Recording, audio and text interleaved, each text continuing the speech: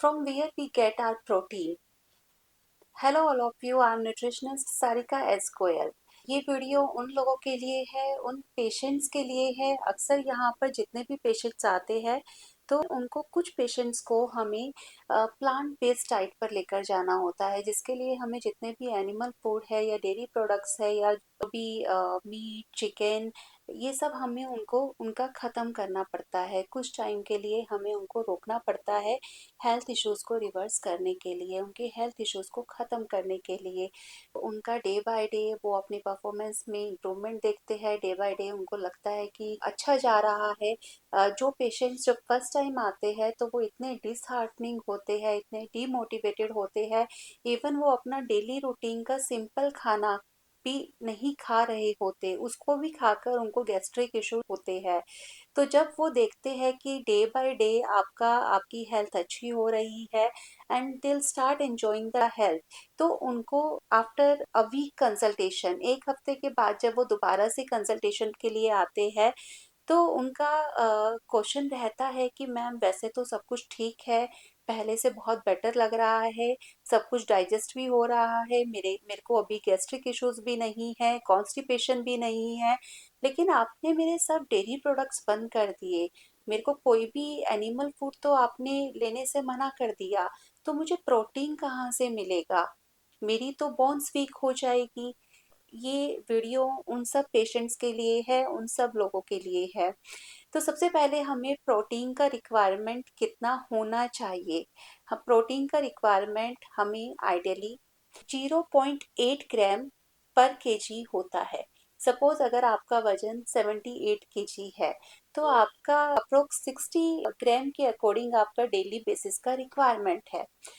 अब ये प्रोटीन चाहिए किस लिए होता है? आपकी ग्रोथ के लिए, आपकी मेंटेनेंस के लिए, आपके सब सेल्स की फंक्शनिंग के लिए, एक ऑप्टिमम फंक्शनिंग के लिए आपको प्रोटीन का रिक्वायरमेंट रहता है। तो protein plays very important role in our body. Human body protein को डाइजेस्ट करती है in pre digested form, in form of amino acids.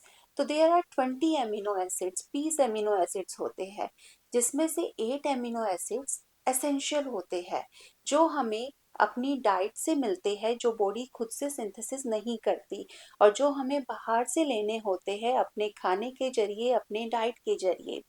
तो अब लोगों का बिलीफ होता है कि ये 8 एसेंशियल एमिनो एसिड्स हमें एनिमल सोर्स से मिलते हैं, जो हमें शुरू से ही हमारे ये माइंड में होता है कि हमें डेयरी प्रोडक्ट से, या हमें बेस्ट सोर्स तो रहता है चिकन, मीट और फिश।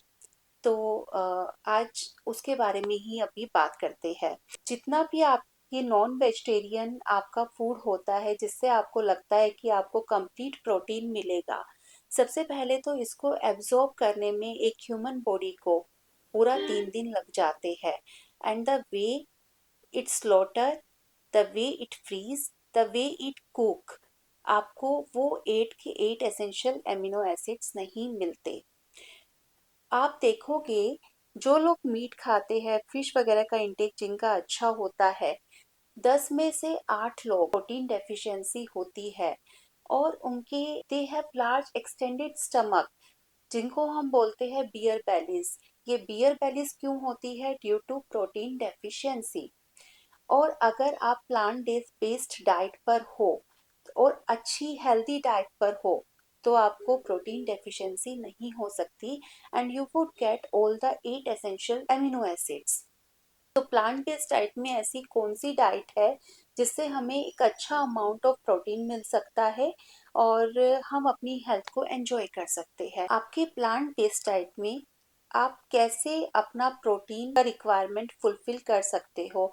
डाइट में क्या आप चीज़ें ऐड कर सकते हो जिससे आपको इनफ प्रोटीन मिले? तो आपको ग्रीन जूसेस ऐड करने चाहिए, जिसमें हाफ स्प्राउट्स हो और हाफ ग्रीन वेजिस हो, जिससे आपको कंप्लीट प्रोटीन मिले।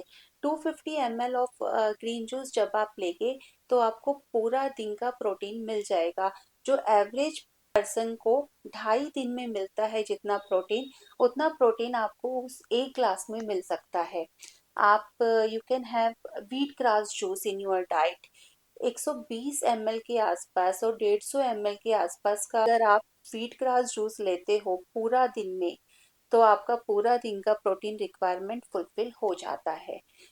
आप अपनी डाइट में sesame seeds, sunflower seeds, flax seeds, they all have 8 essential amino acids, और ज़्यादा से ज़्यादा उसको स्प्राउटेड फॉर्म में लीजिए। आप जितना भी उसको अपने ग्रेन्स को, अपने नट्स को, अपने बीन्स को जितना आप स्प्राउटेड फॉर्म में लोगे उतना आपका प्रोटीन आपको मिलेगा, और 10 to 30 टाइम्स मोर न्यूट्रिशियस हो जाता है ये। और इसके अलावा जब ये जर्मिनेट होता है और जब आप इसे स्प्राउट्स में कन्वर्ट हो जाता है, तो ये ऑलरेडी एक प्री डाइजेस्टेड फॉर्म में होता है, ऑलरेडी ये एक अमीनो एसिड के फॉर्म में होता है। ह्यूमन बॉडी को 1 घंटे से ज़्यादा नहीं लगता इसको एब्जॉर्ब करने के लिए। ज़्यादा से ज़्यादा स्प्राउट्स का इंटेक क्यों करना चाहिए प्लांट बेस्ड डाइट में? क्योंकि जब हम कोई भी ग्रेन को, कोई भी बीन्स को, कोई भी नट्स को जब हम स्प्राउट करते हैं, तो we get 10 to 30 times more nutrients from it. और उसके अलावा ये एक प्री डाइजेस्टेड फॉर्म में कन्वर्ट हो जाते हैं, तो आपको डाइजेशन के लिए भी बहुत कम टाइम उसको लगता है, क्योंकि वो ऑलरेडी एक प्री डाइजेस्टेड फॉर्म में होते हैं, ऑलरेडी वो एक एमिनो एसिड फॉर्म में होते हैं, तो ह्यूमन बॉडी उसको डायरेक्टली कंज्यूम कर सकती है। तो आपको डाइजेशन में भी it will not take few hours, under an hour it will absorb all the sprouts or all the protein that you add in your diet. Thank you so much.